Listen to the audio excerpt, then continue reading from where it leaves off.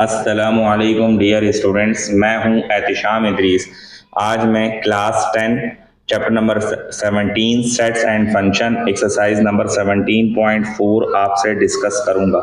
Exercise number 17.4 का पहला सवाल है, कहा गया कि दो सेट्स हैं और वो दोनों सेट सब सेट हैं यूनिवर्सल सेट के, तो आप वेन डायग्राम जनरली बनाकर दिखाएं। यानी जो सेट्स होंगे उनके कोई एलिमेंट्स आपको प्रोवाइड नहीं किए गए, आपने जो है वेन डायग्राम में जो कंडीशंस दी हुई हैं इनसे देखकर आपने जो है वो डायग्राम्स को जनरली ड्रॉ करना है। तो सबसे पहली कंडीशन है ए और बी डिसजॉइंट सेट्स हैं। डिसजॉइंट सेट्स क्या है? जैसे एक सेट है ए, उसके एलिमेंट है 1 2 3, बी सेट है उसके एलिमेंट है 4 5 6। तो ये दोनों एक दूसरे के डिसजॉइंट सेट्स हैं क्योंकि इनके अंदर कोई भी एक या दो एलिमेंट ऐसे नहीं हैं जो सेम हो। तो हम ए यूनियन बी जब हमने किया तो ये शेडेड एरिया बता रहा है कि इन तमाम एलिमेंट्स को हमने तरतीब से लिख लिया। फिर ए इंटरसेक्शन बी में हमने कोई शेड नहीं बनाया। इसका मतलब क्या है? ये A intersection B disjoint set का नल सेट होता है। ए डेल्टा बी में हम क्या करते हैं? अब देखें, मैंने जैसे एग्जांपल के तौर पर कहा ए के एलिमेंट 1 2 3 हैं, बी के एलिमेंट 4 5 6 हैं, तो इन दोनों के एलिमेंट जो दोनों में मुख्तलिफ है उनको लिखते हैं। इसी वजह से हमने इस पूरे के अंदर शेड कर दिया। फिर इसी तरीके से जो है वो ए माइनस बी में पहले के मुख्तलिफ एलिमेंट लिखते हैं। दोनों के एलिमेंट जो है वो डिफरेंट हैं, तो पहले वाले सेट में हमने कंप्लीट शेड कर लिया। फिर इसी तरीके से दूसरी कंडीशन दी हुई थी कि ए और बी ओवरलैपिंग सेट्स हैं। ओवरलैपिंग से मुराद क्या है कि आपके पास कुछ एलिमेंट्स जो हैं इनके क्या होंगे? सेम होंगे, कुछ सेम नहीं होंगे। जैसे 1 2 3 4 5 सेट ए है और बी सेट है 5 4 5 6 7 8, तो दो एलिमेंट 4 5 सेम हो गए, तो आपके पास ए यूनियन बी में तो तमाम एलिमेंट को तरतीब से लिखेंगे। इसी वजह से कंप्लीट शेड बनाया। ए इंटरसेक्शन बी में जो आपके पास शेडेड एरिया है वो क्या बता रहा है कि इनके सिर्फ यही एलिमेंट जो है वो सेम है। ए डेल्टा बी में आपके ये दोनों सेम हो गए, ये दोनों के डिफरेंट थे, इन दोनों पर हमने शेड कर दिया। और ए माइनस बी में पहले के मुख्तलिफ जो थे आपने जो है इन पर शेड कर दिया। अब तीसरी कंडीशन है कि ए बी का सबसेट है। अगर ए के एलिमेंट है 1 2 3, बी के एलिमेंट है 1 2 3 4 5, तो ए बी का क्या है? सबसेट। तो सबसेट को उसी के अंदर बना लिया। अगर इधर 1 2 3 आ रहा है तो इधर 4 5 आ रहा है। यूनियन में आपने सब लिख लिया। इंटरसेक्शन में आपने क्या कर लिया? ठीक है, आपने इंटरसेक्शन में जो है वो आपके पास लिख लिए कौन से जो आपके पास सेम सेम थे। ए डेल्टा बी में मैंने कहा ए क्या है? 1 2 3 और बी क्या है? 1 2 3 4 5। जो दोनों में जो मुख्तलिफ थे, ठीक है, वो क्या थे? आपने वो लिख लिए, यानी कि बी के 4 5 मुख्तलिफ थे। अब पहले के मुख्तलिफ तो कट गए, 1 2 3 कट गए, पीछे क्या रह गया था? 4 5। जो ये एग्जाम्पल के तौर पर समझाने के लिए आपको आसानी हो इस वजह से मैंने समझाया। तो आपने यहाँ पर देखा कि दोनों खाली हैं। यहाँ पर दोनों खाली इस वजह से हैं क्योंकि आपके पास कुछ एलिमेंट जो हैं वो जो है पहले के मुख्तलिफ बचे ही नहीं थे। तो आपने यहाँ पर लिख भी दिया, बता भी दिया, कलर्ड और शेडेड एरिया शो कर रहा है कौन कौन से रीजन को। ठीक है, अब आगे बात कर लेते हैं। क्वेश्चन नंबर 2 है, आपसे कहा गया verify the commutative property of union and intersection for the following sets. ठीक है, अब आपने यहाँ से क्या किया? डिफाइन किया। सबसे पहले कम्यूटेटिव प्रॉपर्टी ऑफ यूनियन, तो हमने कम्यूटेटिव प्रॉपर्टी ऑफ यूनियन में पढ़ा ए यूनियन बी किसके बराबर होता है? बी यूनियन ए के। फिर इसी तरीके से ए यूनियन बी में कंप्लीट वेन डायग्राम का जो शेडेड एरिया है बता रहा है तमाम एलिमेंट्स को तरतीब से लिख लिया। फिर बी यूनियन ए में भी कंप्लीट शेडेड एरिया बता रहा है कि तमाम एलिमेंट्स को तरतीब से लिख लिया। यानी हमें यहाँ समझ आ गया कि ए यूनियन बी किसके बराबर है? B union A. ठीक है, फिर कम्यूटेटिव प्रॉपर्टी ऑफ इंटरसेक्शन, यानी A intersection B, B intersection A किया। इसके अंदर जो सेम सेम एलिमेंट्स हैं उनको हमने यहाँ लिखा। फिर आपके पास जो है सेम सेम एलिमेंट को हमने बताया ए इंटरसेक्शन बी किसके बराबर आ गया? ए ई। और बी इंटरसेक्शन ए बी किसके बराबर आ गया? वेन डायग्राम को देखकर ए ई के बराबर। तो हमने कहा शेडेड और कलर रीजन इक्वल है, जिससे पता चल रहा है कि आपके पास जो कम्यूटेटिव प्रॉपर्टी ऑफ यूनियन और कम्यूटेटिव प्रॉपर्टी ऑफ इंटरसेक्शन दोनों क्या है? सेम है। फिर हम बात करते हैं यहाँ पर जो है दूसरा आपको सेट दिया हुआ था, पी की वैल्यू दी हुई थी 1 2 3 से लेकर 10 तक और क्यू की वैल्यू दी हुई थी 2 4 6 8 10। तो आपने इनके ऊपर भी अप्लाई किया commutative property of union P union Q. आपके पास कंप्लीट वेन डायग्राम के ऊपर आपने क्या किया? शेड बना दिया। फिर क्यू यूनियन पे भी कंप्लीट डायग्राम पर आपने शेड बना दिया। तो दोनों फिगर से हमें क्या पता चल रहा है कि तमाम एलिमेंट तरतीब से आ रहे हैं, यानी पी यूनियन क्यू किसके बराबर आ गया? क्यू यूनियन पी के। फिर इसी तरीके से आपने यहाँ पर P इंटरसेक्शन Q, अब इनमें जो सेम सेम थे उनको शेड किया और इनमें भी जो सेम सेम थे उनको शेड किया। वेन डायग्राम हमें क्या बता रही है कि भाई इनमें जो आपके पास एलिमेंट जो है वो सेम सेम थे उनको आपने जो है शेड कर लिया। इससे हमें वेन डायग्राम से भी प्रूव हो गई कम्यूटेटिव प्रॉपर्टी ऑफ इंटरसेक्शन। ठीक है, फिर हम आगे आ गए, आपको कहा गया डिमॉर्गन्स लॉ को प्रूव करें किसके जरिए से, वेन डायग्राम के जरिए से। तो वेरिफिकेशन करना है। ठीक है, पहली स्टेटमेंट क्या थी, ए यूनियन बी का होल कॉम्प्लीमेंट किसके बराबर है, A complement intersection B complement. Left hand side ले ली, ए यूनियन बी का कॉम्प्लीमेंट। पहले आपने क्या किया, ए यूनियन बी किया। देखें ये जो यूनिवर्सल सेट के एलिमेंट थे इनको बाहर लिखा, ए के सेट को यहां लिखा, बी वाले सेट यहां लिखे। ठीक है, दोनों का यूनियन कर लिया तो ये आपके पास ए यूनियन बी आ गया।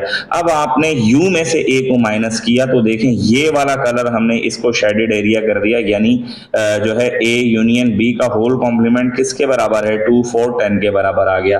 फिर इसी तरीके से राइट हैंड साइड को लिया, पहले ए कॉम्प्लीमेंट किया यानी यू में से ए को माइनस किया, यानी यू वाले जो एलिमेंट थे जो सेम सेम थे वो जो है पहले में से जो कट गए, जो मुख्तलिफ थे वो सारे आपने जो है वो लिख दिए।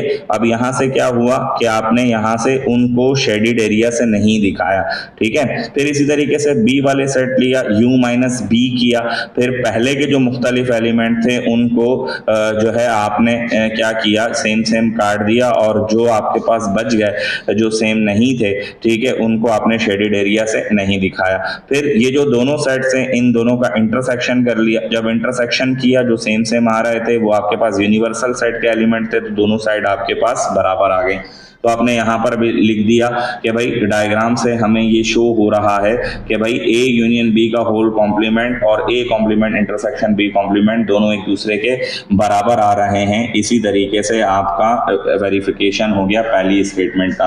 अब दूसरी स्टेटमेंट के लिए आए, आपको कहा गया कि ए इंटरसेक्शन बी का होल कॉम्प्लीमेंट किसके बराबर है, A complement intersection B complement के। तो आपने यहाँ से सबसे पहले लेफ्ट हैंड साइड ली, ए इंटरसेक्शन बी किया, ए इंटरसेक्शन बी के ये एलिमेंट आ रहे थे इनको शेड कर दिया, फिर यू में से ए को माइनस कर दिया। जब यू में से ए को माइनस किया तो आपने देखा कि जो डिफरेंट एलिमेंट थे यू के वो कौन से थे, 5 और 7, बाकी तमाम एलिमेंट्स को आपने शेड कर दिया उनको छोड़कर। ठीक है, फिर इसी तरीके से राइट हैंड साइड को आपने लिया, आपने पहले ए का कॉम्प्लीमेंट लिया, यू में से ए को माइनस किया। ठीक है, जो सेम सेम थे उनको काटा, जो पहले के मुख्तलिफ एलिमेंट थे वो लिख लिए। ठीक है, और उनको शेड भी कर दिया। फिर इसी तरीके से जो है वो u माइनस बी था। ठीक है, फिर आपने क्या किया, जो आपके पास सेम सेम थे उनको क्रॉस किया और जो बाकी एलिमेंट बचे वो यूनिवर्सल सबसेट में आ रहे थे तो आपने उनको भी यहाँ से शेड कर लिया।